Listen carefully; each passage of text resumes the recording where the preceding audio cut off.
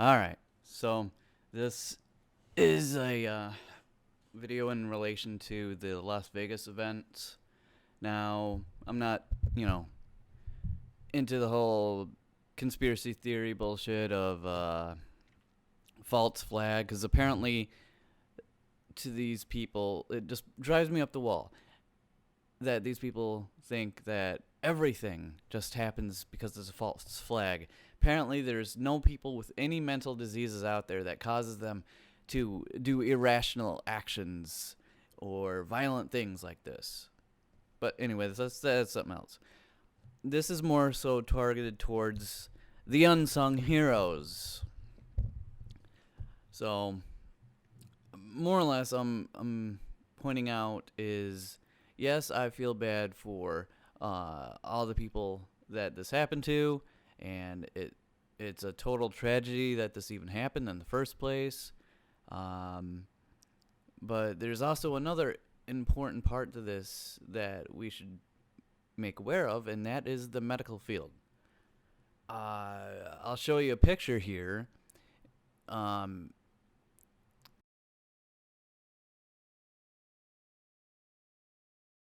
and so, yeah, that basically shows you what it was like for them and what they had to deal with. Notice all the blood on the floor. You know, it was not an easy day, to say the least. And so I just want to give a shout out to all the nurses, you know, because I have a few amazing nurses in my life, too. They're amazing people. And the amazing things that they do day in and day out, night, morning, 12-hour shifts, and all the stuff that they got to go through. It's amazing. But it's their passion, it's what they do, it's what they're good at, and, you know, props to them. They are the unsung heroes in this situation. Yes, I understand that it's a tragedy with the families and the people that, you know, were shot, injured, etc. But I also want to focus on, you know, the nurses in this situation. You know, I'm not trying to be mean towards, you know, taking away from the injured and the families and such, but, you know, nurses barely ever get recognized for their actions, for what they do. So why not, you know, give a spotlight for them once in a while or something. Because seriously, not only that, but the doctors are always taking credit. But I know who the real heroes of the hospital are because I've, been involved with a registered nurse. So, point being is I want to give a shout out to the nurses that had to deal with this tragedy because it was hell, I am sure. You can tell by the picture that it was, to say the least, an eventful night. And they have to be completely professional and unemotional to the individuals, which I'm sure had to be hard considering the amount of people and the event in general. So their discipline, their ability to ardently, meaning passionately, push through that and do their jobs and do that fucking amazingly is just all the more credit to them. It just goes to show how amazing registered nurses are, and they're in CNA, certified nurses assistants as well. Can't forget them. It just shows how amazing these people are. A lot of people don't realize until you become a registered nurse or you involve yourself with a registered nurse, etc., etc. All the shit that they truly deal with. You think it's all just wiping asses and, giving meds or whatever, but nah, man, they deal with everything. The doctor basically comes in and says, hey, how you doing? And basically reiterates what the registered nurse already diagnosed, said, etc., etc. So, I mean, if you really think about it, the nurses are the actual doctors per se. But like I was saying, 12-hour shifts of all the stuff that they deal with which is too long of a list to even make a video out of. It's a thankless job, to say the least. I know this for a fact. They are definitely the unsung heroes of the world, and of definitely the hospital. So I give my thanks to them for not only this situation, but for every hospital around the world.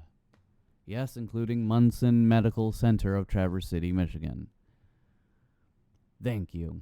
You are all amazing. Doctors may get the credit, but goddamn it, I know who the heroes are, and thank you. You are amazing, and never forget that.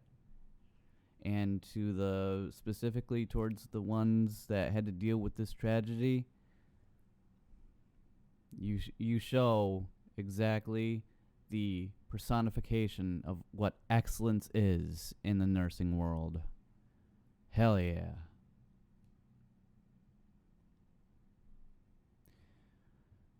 But I guess I'll go on. Now that I got that out of the way, I wanted to make sure that was the first thing that I stated about this, because truly, these people are amazing, and they need to get more credit than they are getting. But to the actual event itself at this, I won't give any music bias, but the country concert, truly a tragedy. Unfortunate. Words cannot describe how fucked up that was. Coming from someone of that, someone who has no past history and all that kind of stuff. It just, I don't know. Sometimes I think that this whole mass killing spree thing is becoming some sort of sick contest, some competition. Oh, who can do the most egregious, arduous, disgusting act of human vile actions to even who can kill the most in a mass shooting. Just think about it. It started with, the stupid school shootings, and now we're getting to this kind of shit. Be it for their 15 minutes of fame, be it because they're fucked in the head, or just because they're that stupidly hyper-competitive, if not all combined.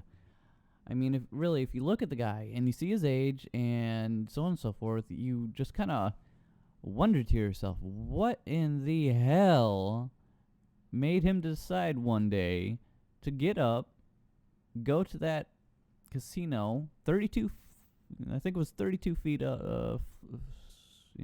stories or whatever high, and just start to rain bullets down on people. Absolutely no rationality in that. No sense, nothing. And then you look at the past events, and they're just getting worse and worse and worse. It started out small, then it's getting bigger and bigger, and now this. It's like, you truly can only imagine what the next one's going to be like. Because now someone's going to want to outdo this fucking psycho. It's like, it gone from America's Got Talent to who can kill the most in a single shooting session or something like that. America's Psychos. Featuring all the fucking psychopaths of the world standing in the right corner. It's just like, what the fuck is wrong with this? And furthermore, it shows that, gun control is kind of out of the question at this point, because, if more people had guns, more people could defend themselves. But devil's advocate here, because I'm not biased on either side, I think on both sides of the coin here. Devil's advocate, it gives more psychopaths the ability to get guns and shoot. So either way, it is truly a loss-loss situation, especially the more trained that they are. So, quite frankly, there's no winning in either side there, regardless of your Democratic or Republican beliefs and bigotry and indoctrination and brainwashed ideology. If you truly think about it without bias, without any sort of ideology, but actually just think and observe and sensibly go through everything, pros and cons wise, you'll find out that regardless of if one side wins or the other of gun control or no gun control, there's still going to be hell. Now, a lot of people can say, oh, if there's more guns out in the world, more people armed, people will be less likely to do these things. Well, that just kind of shows that, in a way it is kind of true, the intimidation factor. However, there are still psychopaths. And there's lots of them.